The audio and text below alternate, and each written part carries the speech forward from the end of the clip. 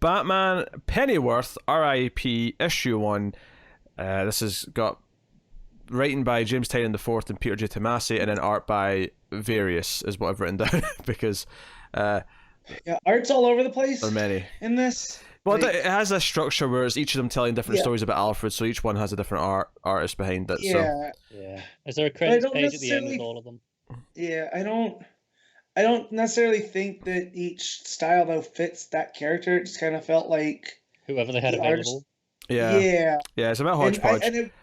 And I wish it would have, because like I don't feel like the art in the Batgirl story fits that story. Like it feels too cartoony for such a not heart wrenching, but you know what I mean. Yeah, Like it's a I've very nice emotional story. I've just looked at the credits page at the end. So Yeah. we've got Eddie Barrows, Iba Ferreira, Chris Burnham, Marcio Takara, Diogenes Neves, David LaFente, and Sumit Kumar, who we obviously Right. talked a lot about Oh, during there the you go. solicits.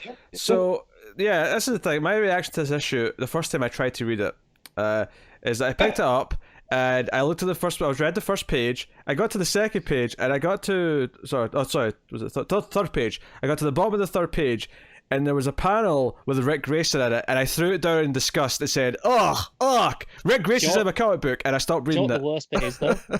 If the narration wasn't telling me that was Rick Grayson, I would I- not have known from the art. Oh sure, Yeah.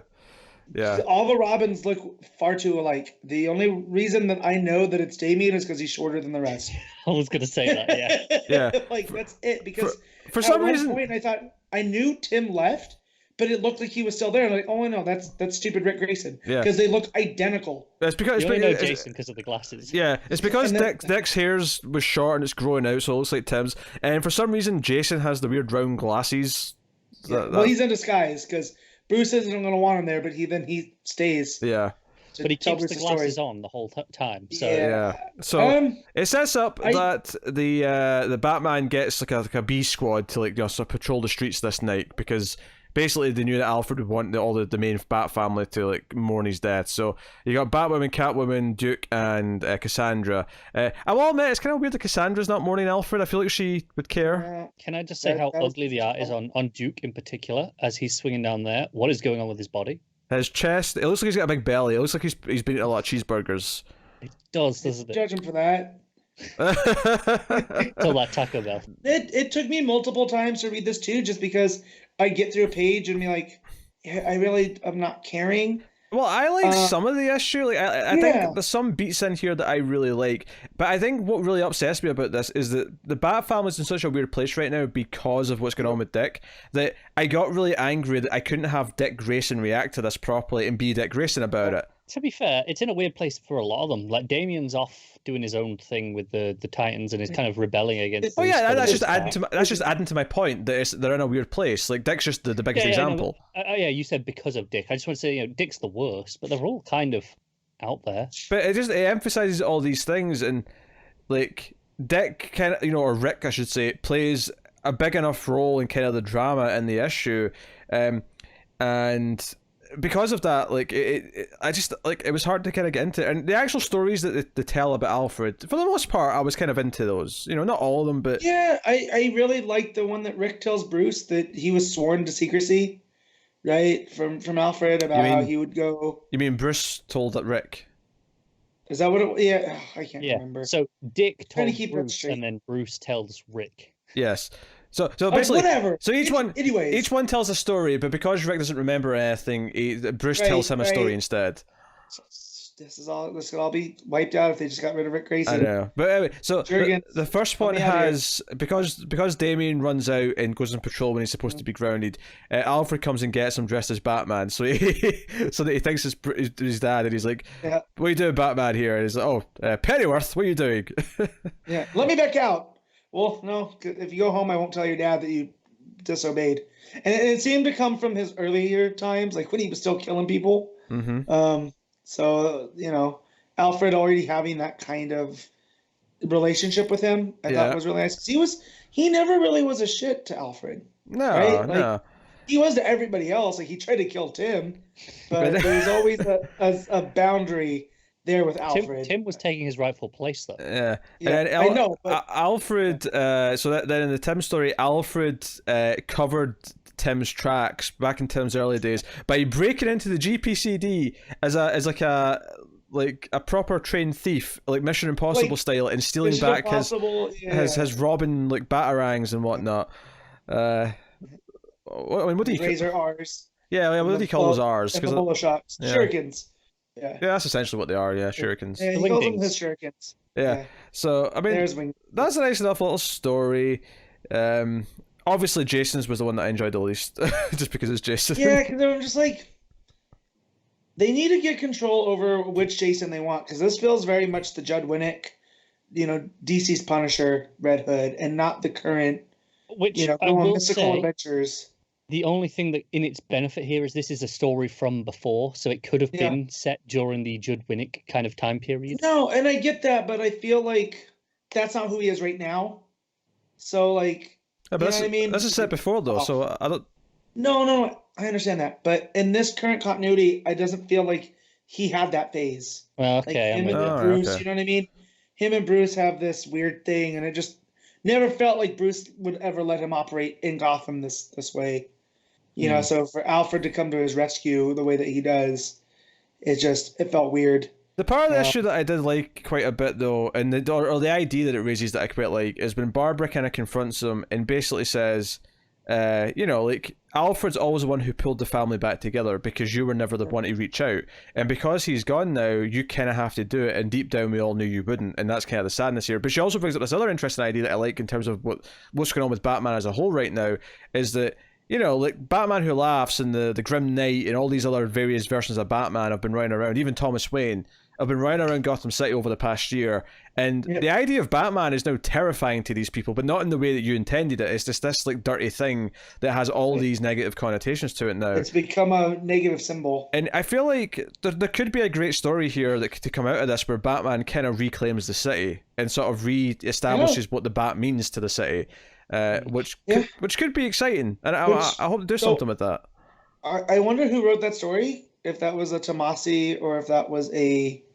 With the amount of text, I was leaning towards Tynan. I think it's Tynan. Right? Given the story in the main Batman book about rebuilding the city, I feel like it probably is Tynan. Yeah, but she's even like, knocking down old parts of the city and rebuilding it by putting his name on it. That's not fixing things, Bruce. Like, you think it is, but you're not going. Yeah, but that's referencing what Tynan's writing, though. So I think that leads to this being Tynan. Like, to me that confirms that it's Tynan, because it's what he's building towards. Could be. But no, I like that sentiment there, and I like what she said about him after Bane and how that messed him up. That you had this supervillain that came and took over the city, and you were out on vacation. Yeah. He kind of left us on our own, and I was like, oh man. Yeah, you just went to the beach. Yeah. And I like that because that's stuff that we were saying. Yeah, Joe, I almost don't like it though, because it's almost like. It's almost too on the nose that the writers go, oh, we know that everyone complained about that felt weird, and it almost felt just a little bit too, like, exactly what we were saying. It was validating, Pete, so I'm fine with it. Bit too on the nose for me, I think. And I agree that the art here doesn't really fit the story, but at the same time, I do actually quite like what the art is, though, just in a vacuum. I think the art's kind of... So do I. The art's fine. It feels like it's more akin to one of the young adult style books, out of continuity. I would read a Batgirl run with this art. I think this suits her. I wouldn't read I don't think I'd read a Barbara Gordon thing with that. Maybe one of the young adult ones, but a proper run, Barbara Gordon, I feel like it is past that. I can see maybe I love the sentiment. Either way, Yeah, her story anyway though is Alfred going rock climbing with her because surprising her with it, right? So he basically makes like it's not an Easter egg hunt, but what is it? She has to detect what's going on, and she's blindfolded, and she tells him, well, we've been driving for this long in this direction, and so we're mountain climbing, aren't we? So they get there. Yeah, they go rock climbing. It's for her birthday or whatever, or it's our anniversary of her spinal surgery. And I was like, oh man. Yeah, that's what it was. Yeah. I laughed though because her outfit is going with the Power Rangers rules, where her regular clothes are the colors of her Batgirl outfit, and that really made me laugh. Yeah, it's gray and purple, yellow. Yeah. So and then she walks out. I will say I do like the reflection on the glass as she leaves as the Batgirl outfit, even though she's in normal clothes. That was a nice little touch. It's kind of weird because like Batgirl or Barbara has like my favorite and least favorite moments of art in this book. Like that image there is probably the best, but there's a page early on. It's like just after they get into the bar after Rick jumps the bar and starts bartending, and it's looking down on her, and it looked like she was like it was framed as if she was still in the wheelchair. Like that was the sub, and it actually took me a second I had to double check. I was like, okay, have they just had her sat down or something? Because that's how it looked, and it was really weird. But yeah, it's funny because I think this issue is a really mixed bag, and it's a shame because I think the things that I like about it, I really like about it. Like, I like some of those ideas that Barbara was bringing up. I really like them setting these ideas up for the future, which is maybe a good thing because essentially what this is here to do is to set up some of the themes for the ongoing Batman detective books. I feel like Batman more so just because that one's, you know, there's a lot more stuff in here that feels like it's more directly related to like him rebuilding the city. And I wonder if that though is just that we're not reading detectives, so we're not picking up. I mean, on that's what true. Those threads are. Yeah, that's possible. It could be true. But I really did like the Dick to Bruce to Rick story. You know, you can't call it Rick's story. And just what it meant for Alfred that he lost them too. It's not just Bruce. We never think about that Alfred also lost these people. Yeah. So, but instead of mourning their death, he celebrates their life on their wedding anniversary. And I was like, damn, that was touching. Yeah, because obviously Batman always goes to Crime Alley on the anniversary of their death, but Alfred goes on the anniversary of their marriage to celebrate them on that day. And, you know, Nightwing finds this out and eventually, you know, tells Batman this, and it's kind of this sweet, you know, sweet moment. And, you know, it's frustrating how, like, Dick being here, or Rick being here for this, really sullies the whole thing because we all just detest him so much. And he's this kind of like... But one the thing, whole time I'm only here because I feel like I should be. I don't actually give a shit. Yeah, and the thing is though is that he's the last one to go. Having said that, it does kind of annoy me they all leave after they tell their story because it means by the time the last story is being told, no one's there to hear it except him. And that's kind of a weird thing to do anyway. People don't do that. Yeah, but anyway, the other ones I understand leaving because they're upset with stuff that's going on, but like Barbara should have stayed. Like, I get that she's upset, but, like, for her to yell at Bruce, like, well, you have to be the one to pick it up, and now you're just going to leave him by himself to pick it up by himself? Yeah. It doesn't scream family, does it? No, it doesn't. Well, no, I mean, that's kind of the point, though, is that they're all kind of broken right now, but it makes the whole thing feel a bit very... Because I think the more satisfying of this... And it's one thing to say that, oh, maybe it's worth having the extra drama or whatever, but I think... Losing Alfred is drama enough, so we kind of want that to be a moment where they all kind of band together, but instead we're getting this where they're all kind of falling apart. Right. I wanted to see them have a crying hug. Yeah, that's what you want. That's absolutely what you want. And honestly, like part of my problem with them leaving, I said, oh, it doesn't feel like family, and you just said, oh, yeah, they're kind of broken. That's the point. It feels really hypocritical when they're all going, Bruce, you need to do better, and then all just leave. Like, well, you need to try as well. That was my point. Yeah, that was my point with Babs, is especially her, because without Dick Grayson around, now she's the most senior member, right, of the kids.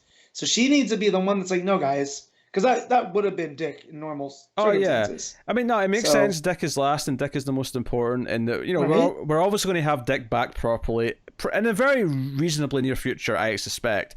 And that's all fine, but I think Rick's presence here really just puts a damper on the whole thing in a way that just kind of hurts. And I will say this though, I will give it absolutely. You laughed at this last page, didn't you? I'll give it 1,000,000 points. I will bump the rating by like a whole point just for this last page because there's a photo of the Bat family that are put up around Alfred.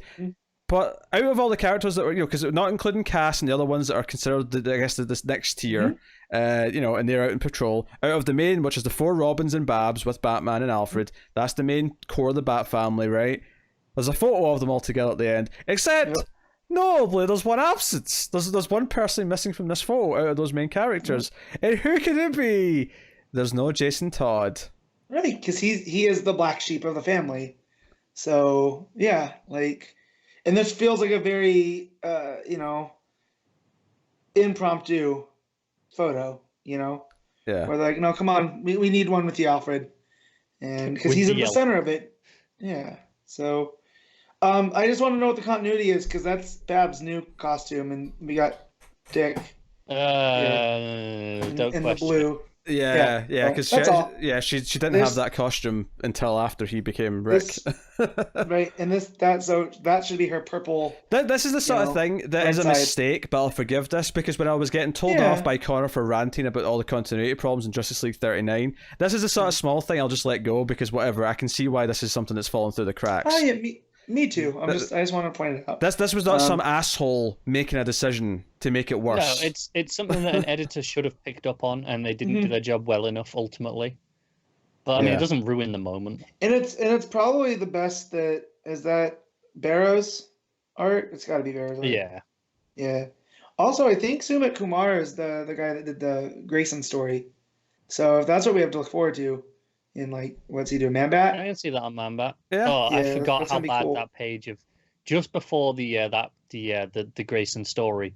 How bad his face looks sitting across from Bruce. Yeah. Like it's proper like goofy and like Yeah. The eyes aren't And- lined up. Can I, They're can, I, not. can I just say, I just want to add this out of the Rick Grayson stuff because obviously we tear it to shreds every time it comes up. I don't necessarily think that there can't be a good version of the story where Dick has amnesia neither. and we're doing it. The problem is the execution was terrible when they introduced it. And it has been terrible. And they gave it to, obviously a writer that we hate. And even though it's got Dan Jurgens now, and maybe he's a bit better, I assume he is because he's Dan Jurgens, but it was one of those things in comics where every so often they'll do something really detestable. Like Spider-Man Brand New Day or One More Day, whatever one was that the whole continuity changes that everyone hated. Or stuff like that where like we just it becomes this thing where you can't even think about it without just being like, oh, why did they decide to do this? It's such bullshit. But hey, overall, I think there's some good things in the issue. It seems like it's worth reading for setting up the themes of where the main Bat book is going to be going over the next while. It feels like Tynion and Tomasi are setting up kind of their thesis. Like, okay, here's the sort of like theme we're going to explore with Batman as a character and what he's going to have to kind of grow as over the next while. As an issue on its own, though, it does have a lot of problems. The art's very all over the place. The inclusion of some of the characters is kind of frustrating, and and even Barrows, who I've enjoyed his art at times. I think some of this issue does feel a bit rushed with his art. Yeah. So Because sometimes Barrow's art looks fine. Other times, like it looks like this, and it's not good. yeah. Like there's the real hit or miss in these in between. I will say though that the individual ones, so like you have the Chris Burnham on the Damian story, I feel all those pieces are fine. It's the in between art that I have the biggest problem with. Outside of the thematic stuff with Batgirl and whatnot, it's still the art's fine. Like Pete said, in a vacuum. I like that art, just not for that story. So and that art was David LaFuente because I just looked him up to see. Yeah, I'm down for that art what on else? other books in the future, just Well, more suitable to. The first thing that comes up when you image search it is a commission he did for Super Sons, and I feel like it fits Oh yeah, I can see that. Makes sense. really well. So I'd see that. but yeah, But hey, all right. I guess we're rating Batman R.I.P. or Pennyworth. Sorry, R.I.P. yeah. Matt. I'm gonna give this a 7.5 because I did like the individual aspects of it, but as a whole, it doesn't really come together quite as well as I want it to. Connor. Yeah, I'm going a lot lower. I found this quite a disjointed mess that I didn't. I mean, there's a couple of nice things in there, but mostly I didn't really enjoy reading it. Art was all over the place. Individually, not necessarily bad. Some better than others, but so disjointed. And I feel I didn't get much from it. Like, if I'd skipped this, I would have been perfectly fine just reading the next issue of the Batman and not having missed anything. Of the Batman. Yes, exactly. So I'm giving it a 4. Eek. Ouch. Yeah. I'm going to give it. Let's see. So I hate the Rick Grayson stuff. So deduct some points for that. Add a point for that final page, which made me laugh out loud. And I do like some of the themes that it sets up. So I'm going to go with a 6.5 all in.